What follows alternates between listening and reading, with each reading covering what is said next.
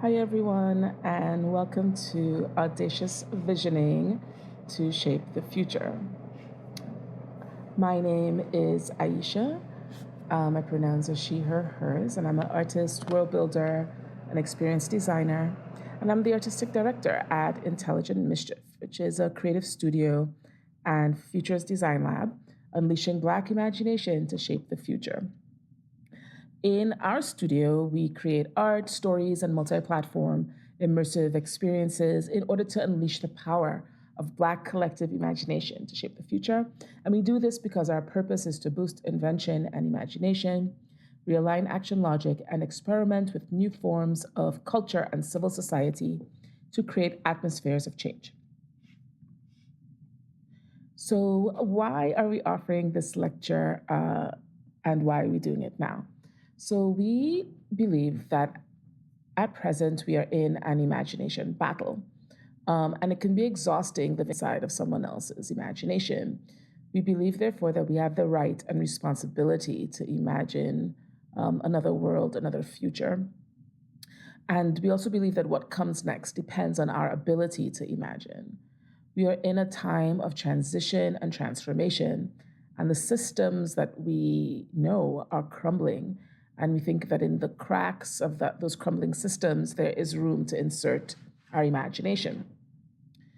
We also think that we all need space and time to cultivate our vision and imaginations. So, this is a low pressure, free space and time to reflect, to unleash our imaginations without the need to immediately develop a strategy or a set of tactics or any campaign. Um, we have an understanding also that we are often so absorbed with resisting and navigating the current system that we don't always take that space and time to explore alternatives. So we end up trying to make this one work. But what if another system is possible? What if another world is possible? What might happen if we had the chance or claimed our right to design a system that works for us? We think that at this time in particular, the veil has been torn, and this reveals an opportunity and a desire to transition from a world of extraction to one of regeneration, from a world of domination to one of interdependence, from scarcity to abundance, and from violence to love and protection. So I invite you to take a few minutes to reflect. What does it mean to you to have audacious vision? And who is someone you think has or had an audacious vision? So feel free to pause the recording and spend a minute or two just reflecting on what it means to you to have audacious vision. What do you think audacious vision means? And who is someone you think has or had audacious vision?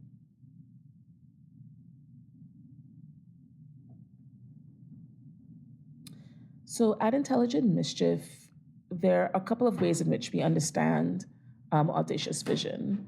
The first is that it is connected to having bold imagination. So, not projecting the present forward, but instead leaping towards the future. We believe it's related to long arc, or what we call seven generations thinking, related to deep intuition. It's connected to our sacred traditions and having what some might call having a prophetic vision. It's connected to dreaming wild, dreaming boldly, dreaming, out of the box, and believing and seeing what doesn't yet exist and asking why not. So why is it important to have bold vision right now? Bold vision invites us to ask, where are we going and who are we becoming? In this quote by Robin D.G. Kelley from Freedom Dreams, The Black Radical Imagination, he says, "Without new visions, we don't know what to build, only what to knock down. We not only end up confused, rudderless, and cynical, but we forget that making a revolution is not a series of clever maneuvers and tactics, but a process that can and must transform us."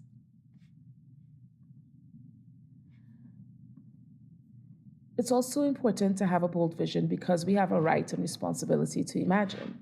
Again, in Freedom Dreams, Robin D.G. Kelley says, "Revolutionary dreams erupt out of political imagination. Collective social movements are incubators of new knowledge."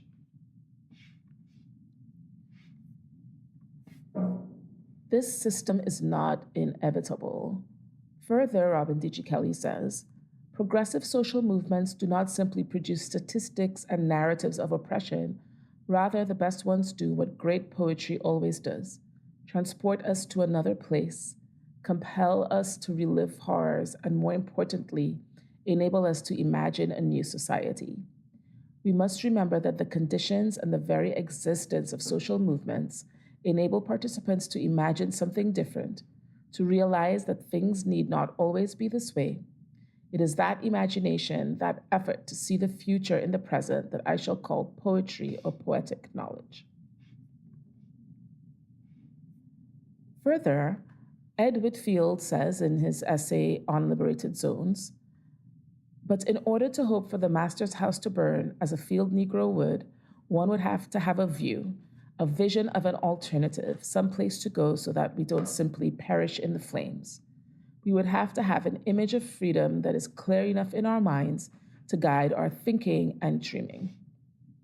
So we see in those quotes by Robin D.G. Kelly and by Ed Whitfield the clear importance and need of imagining and having a bold vision within our social movements, whether they're movements for racial justice, movements to prevent climate change, immigration movements, etc.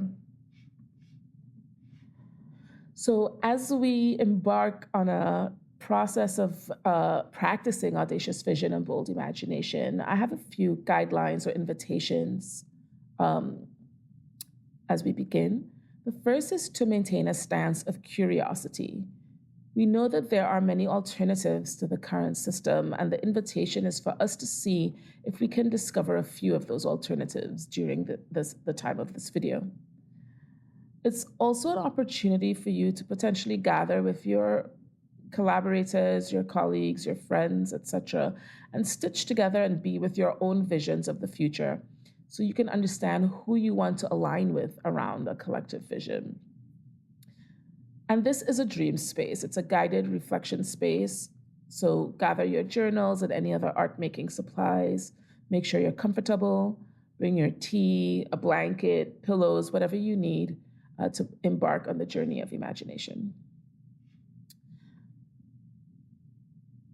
We start by reminding ourselves that there are many ways to cultivate vision and unleash our imaginations. And these are just a few of them. So reminding ourselves that rest is a way to cultivate vision and unleash imagination. We know that rest is integral to dreaming and imagining, and that there is no dreaming without rest. We also know that it's hard to imagine the future when we're overwhelmed with our present. And so making space and decluttering aspects of our lives allow us to cultivate vision and unleash imagination. Creating rituals and ceremonies and honoring the sacred helps us to cultivate imagination, as does engaging in what we call petit marronage, or retreating, harnessing the tradition of fugitivity, moving away for a short time from the day-to-day world, and allowing ourselves to imagine and to envision an alternative. Looking back to move forward, so looking back at the practices and traditions and lives of our ancestors and those who came before, to help us with wisdom on how we move forward, how we in turn shape the future. And for other ways or tips for how to unleash imagination, I invite you to read our article called A Guide on How to Unleash Black Imagination to Shape the Future, which was published on the Black Discourse platform. And in that article, we outline many ways, many additional approaches to unleashing imagination and cultivating our capacity to vision boldly. Today, we're going to focus on one of the approaches to envisioning the future. We're going to focus on the creative methodology of world building and talk about how we can use it to unleash our wildest imaginations and develop transformative experiments and practices that make possible the future world that we so deeply desire. So you might be asking, what is world building? Um, I invite you to reflect on what comes to mind when you hear the term world building. So take a couple of moments. You can press pause on the video and reflect on what comes to mind when you hear the term world building.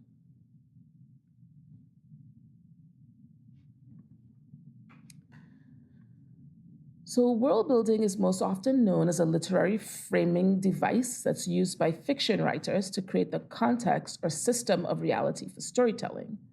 It includes defining the history, the laws of nature, the geography, ecology, and culture, the myths, the values, the laws within which our stories will take place.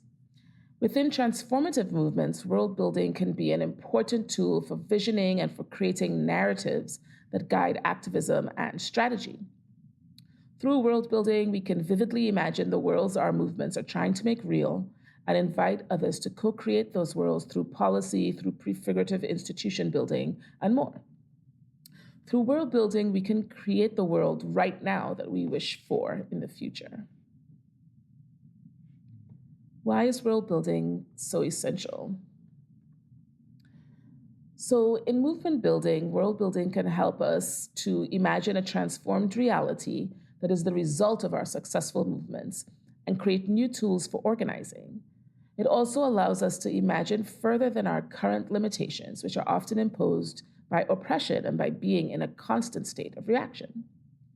It supports alignment around a shift towards a collective vision of the future and allows us to engage in what Walida Imarisha calls visionary organizing.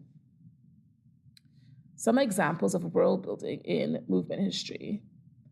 We think of the I Have a Dream speech by Martin Luther King Jr., the Haitian Revolution, Reconstruction era in the United States, the world building of the Zapatistas, W.E.B. Du Bois's science fiction novel, The Comet, the practices and experiments conducted by the Black Panthers. Any time our movement asked the question, what if, and then took actions to implement new ideas, non-traditional methods, invited people into a story of a different world, we were doing world building. There are two main types of world building within fiction. The first is fantasy or imaginary world building. And the second is world building that creates an alternate version of an existing reality. So, for example, when we're talking about building fantasy worlds, what is involved is determining the basis for the world as a primary organizing ideal, determining what it looks like and feels like, its landscapes, its climate, etc., its people, their appearances, customs, ethics, and values, and determining the dominant forces that shape change and development. So when we're talking about building fantasy worlds, these are mostly worlds that don't exist in our reality, and so we're constructing these worlds from the bottom up. And there are certain pros and cons for world building fantasy worlds. One of the pros is that you can think big. It allows you to think big and imagine beyond even your wildest dreams. Another pro is that it pushes limits and gets you out of your comfort zone because you're creating, even physics and even, biology and geography that does not currently exist. One con is that it's a very complex process and requires a great deal of imagination. And another con is that it can sometimes be challenging to translate these fantasy worlds back to everyday movement building. On the other hand, building alternate versions of existing realities, this invites us to imagine a new alternative version of our Earth with mostly the same elements, the geography, physics, landscapes, etc., people, and so on that exist now. But it invites us to imagine how things on our planet or in our existing contexts could be different. So some questions that are included in world building alternate versions of existing realities include, what if a particular important historical event had never happened? Or what if our planet and its inhabitants had evolved differently? Or what if a fundamental aspect of life as we know it was to change suddenly? Or what if we invented new technology that could accomplish wonderful or terrible things? There are also pros and cons to this approach to world building. One con is that the worlds we build that are alternate versions of our existing Earth may still be limited by the constraints of this world and what we think is possible now. A pro, on the other hand, is that this approach to world building can be an accessible way to invite people to envision and to connect their vision with their organizing. So let's do some world building. First, I invite you all to reflect on what the values are that you hope shape our future in order to ensure our collective thriving on this planet. What are the values that you hope shape our future in order to ensure our collective thriving on this planet? So you can take a couple of minutes, pause the video, and just write down on a piece of paper what values you hope shape the future so that we are all thriving on this planet. So keeping those values in mind, I'm going to introduce a world building premise. And as you can see, this premise is based on a fantasy, something that does not currently exist. So the world building premise is that we're going to embark on a tour of planet Ditero. You are part of a select cohort of leaders that have been chosen to travel to an Earth-like planet named Ditero, located in a neighboring solar system. On this planet, there are human-like mammals who do not use fossil fuels as a source of energy and seem to be living in interdependence with other beings on the planet. As a member of this cohort of leaders, you are responsible for sharing what you learned on this trip to understand how we might meaningfully leap towards just and sustainable futures back on Earth. I invite you to pause the video and reflect then on the following questions. What are the core values that govern humanoid life on Ditero, and why did they decide not to use fossil fuels?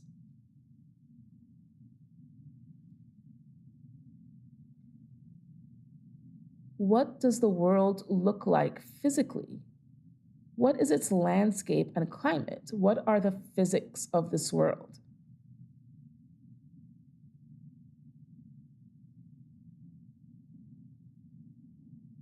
Who inhabits this world, and what do they look like and why?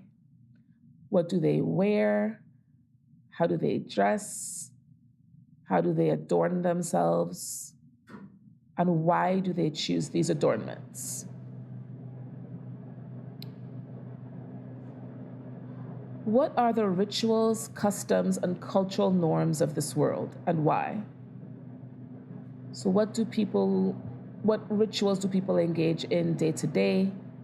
What rhythm of celebration and custom and cultural norms exist in this world? And why were they created? What are people celebrating or commemorating on this planet? What is housing and education like on a planet where people do not use fossil fuels and are living in interdependence with the rest of the planet? What are the dominant forces that shape change and development on this planet? What does power look like and why? What does governance look like? How do people make decisions? What are the economics of life on this planet? Is there work? What is the role that work plays in society? How is work valued in society on a planet where there's no use of fossil fuels and people are living in interdependence?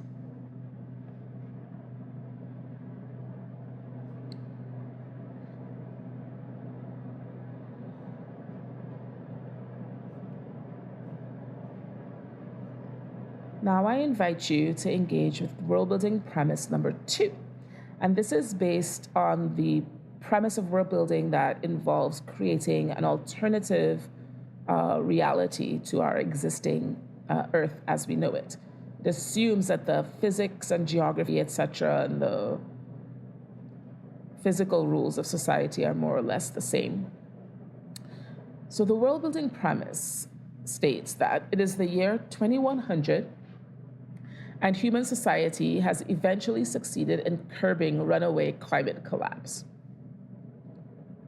So the question is, what historical factors have caused the society to curb runaway climate collapse? What new customs and cultures are being practiced and how? Who is now governing our society and how is it being governed? How are resources managed in our society in 2100 when climate collapse is no longer a threat? What are relationships like between individuals, between communities, between societies, etc.? What else is happening in society? And how is society now structured?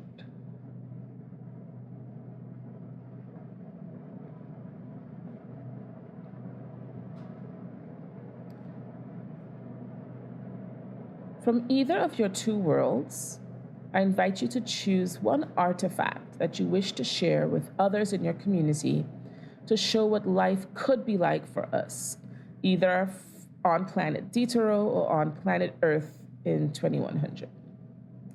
And I invite you to share that artifact in the comments below. So once again, you may pause the video and think about an artifact from either of your two worlds that you wish to share with others in your community to show what life could be like for us, based on life in planet Deutero or based on life on planet Earth in the year 2100. Share that artifact in the comments below.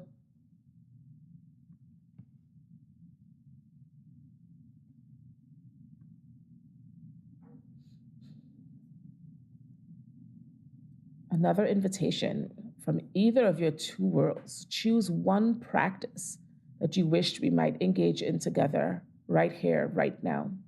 So what is a practice that people engage in on planet Deutero or on Earth in the year 2100 that you wished we could actually do together now in the year 2024?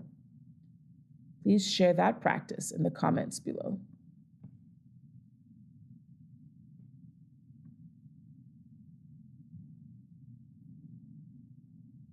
You are now invited to create the artifact and share it, or implement that practice in community right now to make the world that you imagined real.